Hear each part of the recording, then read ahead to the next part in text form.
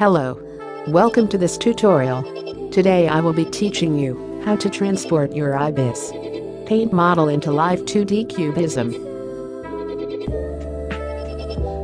Make sure you have all your parts separated. Maybe I can do a tutorial on that too. After you're done, go back to your gallery.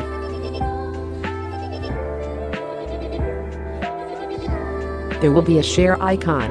Tap that. Then click on PSD Preserved Layer. Save it to your Google Drive.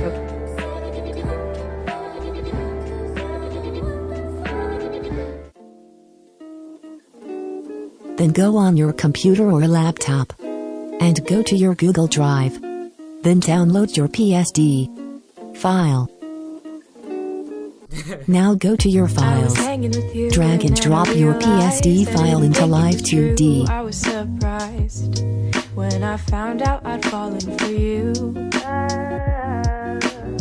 I didn't want to believe my feelings for you. I didn't want to believe and that you're I now could done. lose you. If you want me to do more tutorials or Live2D tutorials, please share them with me in comment section.